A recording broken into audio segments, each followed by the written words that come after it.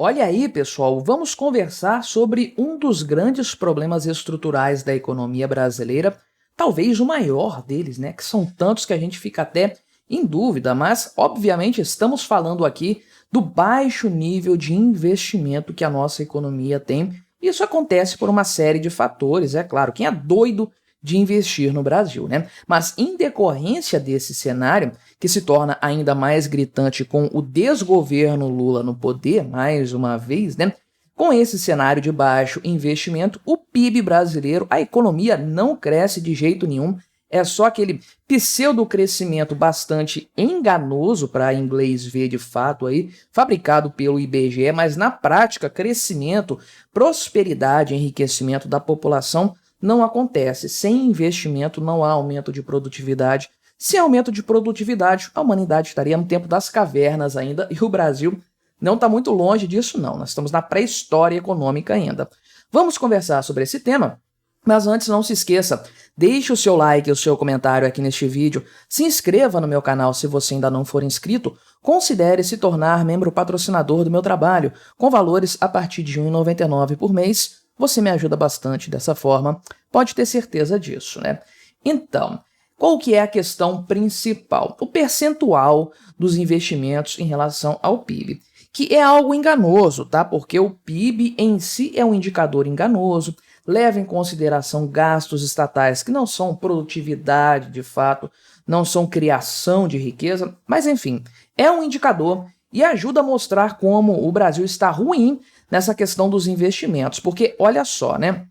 Tem a tabela do FMI a respeito do nível de investimentos e o Brasil está entre os 7% dos piores países com grau de investimento, né? Estamos falando aí que o país consegue investir apenas 15 a 16% de sua renda desde 2016. Não passa desse patamar. Obviamente, aquele período da crise econômica, né? A gente nunca saiu dessa crise até o momento. Estava começando a melhorar, veio a pandemia, né? Aí voltamos a melhorar um pouquinho, 2022 estava bem bacana, voltou o governo Lula, que em matéria econômica tão ruim quanto uma pandemia. Mas, por conta disso, chegamos à conclusão, fazendo a conta de padeiro, que a gente gasta mais de 85% de tudo que é produzido. Nós consumimos, resta uma fatia muito pequena para os investimentos, né? Ah, mas isso aqui é algo relevante, né? Deveria fazer a economia crescer, e não é bem assim. Esses investimentos comportam muitas coisas aqui, inclusive a troca do parque industrial, por exemplo, né? Já falei aqui em outras oportunidades no canal que o atual patamar de investimento na indústria é suficiente, e olhe lá, apenas para repor a depreciação do parque industrial. Ou seja, não há crescimento efetivo do capital, né? O capital é tudo o que há ali que ajuda a produzir coisas novas, né? O maquinário, os parques, enfim, né? Não há acúmulo de capital, portanto, a indústria está andando de lado há muito tempo, há muitas décadas aqui no Brasil, né? Então, é por conta disso que o crescimento econômico aqui no Brasil nunca acontece de fato, é sempre o voo da galinha, dá aquela subida para depois cair de cara no chão, já aconteceu várias vezes e estamos vivenciando isso neste momento, e o tal do futuro, né? O Brasil é o país do futuro, ele nunca acontece. Então, é um ciclo vicioso em que o Brasil se meteu, porque ele produz pouco, porque ele investe pouco, né? Investe-se pouco aqui no Brasil, a produtividade não aumenta. E aí, como a produtividade não aumenta, a receita não cresce, o lucro não cresce, sobra menos dinheiro para investir. Então, produzindo pouco, o Brasil investe pouco, e aí a coisa deveria andar de uma forma diferente, mas parece que estamos condenados aqui no Brasil a esse ciclo, né? Estamos presos dentro dele e é difícil sair com as políticas que nós temos, o tipo de governo que nós temos aqui, enfim, né? A Constituição, a máquina. Mas olha só, para você ter uma dimensão desse problema, para que o PIB brasileiro crescesse em torno de 3% de forma sustentável, lembrando, o ano passado cresceu quase 3%, mas não é sustentável, esse ano vai crescer menos, 2025 vai crescer menos ainda, mas seria necessário investir cerca de 22% do PIB E conforme nós vimos, estamos muito longe disso ano após ano. Não há um mísero ano que o Brasil consiga melhorar esse grau de investimento, né? E aí, qual que é o problema? Se não há aumento da produtividade, não há aumento da riqueza. O que fez o ser humano se tornar rico, próspero, uma qualidade, um padrão de vida maior, foi o aumento da produtividade. Isso acontece em várias etapas ao longo da história humana e costuma dar uns saltos, né? Quando os hominídeos começaram a dominar as ferramentas, houve uma melhora da qualidade de vida. Quando começaram a dominar o fogo, a qualidade de vida também subiu, a quantidade de calorias ingeridas aumentou. Isso permitiu o cérebro do ser humano crescer. Aí o Homo sapiens surge dessa forma, já no meio de hominídeos que dominam o fogo, né? Pelo menos as teorias mais aceitas pontuam isso aí. E ao longo da história você tem o domínio da agricultura, da criação de animais, enfim, chega na Revolução Industrial, o salto na produtividade é brutal, e aí o enriquecimento da população vem junto, e aí acontece o aumento na produtividade no campo, no agronegócio, e aí a abundância de alimentos leva a uma explosão demográfica em todas as partes do mundo.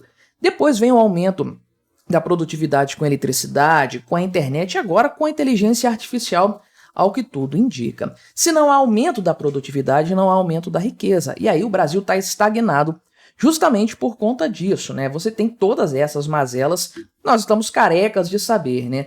Pobreza, distribuição de renda, o problema da distribuição de renda, concentração de renda. Quem consegue ser mais produtivo ganha mais e o resto da população fica na mesma, né? A indústria não se desenvolve, as obras não acabam nunca, e enfim, né? O endividamento é muito alto, etc, etc. E aqui, esse artigo, que é do Estadão, por sinal, né? Cita algumas falácias que são colocadas, por exemplo, aqui, né? De que os salários são baixos no Brasil, então não sobra dinheiro para o pessoal poupar. O que é uma falácia, porque em vários países da Ásia, os salários também são baixos e o grau de poupança é muito maior. Na China parece que isso aqui chega a 50%, né? Os tigres asiáticos, 33% do PIB de poupança para investimentos, né? Então é um patamar muito superior ao brasileiro e o resultado está aí para todo mundo ver, né? Olha a discrepância dessas economias, né? Então, o Brasil não tem apenas a questão cultural do brasileiro gostar de gastar, ser muito imediatista, aquela coisa toda que a gente conhece, tem um fator cultural, político, do ponto de vista político, uma cultura política que escraviza o Brasil nessa onda, nesse ciclo vicioso que nunca é quebrado, né? Então, que eles até colocam, né, que a opção política predominante no Brasil parte de pressupostos ruins, por exemplo, aqui, né, as crenças lá dos anos 50 ainda, de que só é possível desenvolver um país gastando dinheiro, aumentando as despesas públicas, o que causa inflação, empobrece a população e acaba com o investimento, com a poupança. Imagina você deixar guardado o seu dinheiro no cenário inflacionário, você não gera renda para você, né? Você fica brigando com a inflação o tempo todo, é uma coisa terrível, né? E aí você tem o problema do rombo fiscal que continua sempre seguindo, isso leva a taxas de juros que são problemáticas para a realização dos investimentos, ainda que elas incentivem a poupança, é pior para o investimento e a ideia de poupar é investir, né, justamente. Então esse cenário acaba expulsando o bom investimento do Brasil. Nós temos visto isso acontecer, inclusive, outros mercados sendo buscados, né? E aí nós temos ainda a questão da burocracia, da legislação trabalhista, de órgãos, agências de regulamentação, e aí você quer fazer um negócio diferente, quer trabalhar com os funcionários de uma forma diferente, num regime, numa escala diferente, você não pode, porque você está atrelado a uma legislação trabalhista dos anos 40, aliás, requentada dos anos 20 na Itália, adotada no Brasil nos anos 40, tem mais de 100 anos essa legislação trabalhista no Brasil, que é um lixo completo.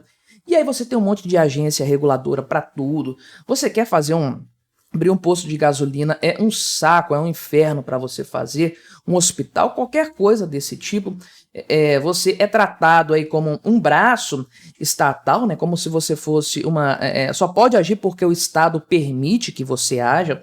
E aí você tem esse excesso de burocracia que encarece a atividade econômica, né? As empresas gastam muito dinheiro só para atender a essa burocracia.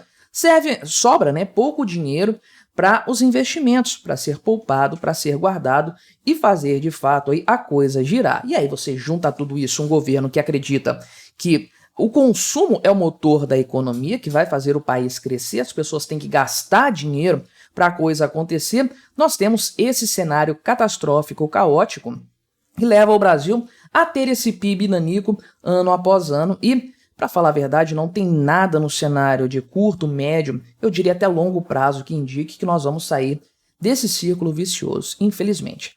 Mas me diga aí o que você achou dessa minha análise, colabore com o nosso debate, se inscreva no meu canal se você ainda não for inscrito e até a próxima.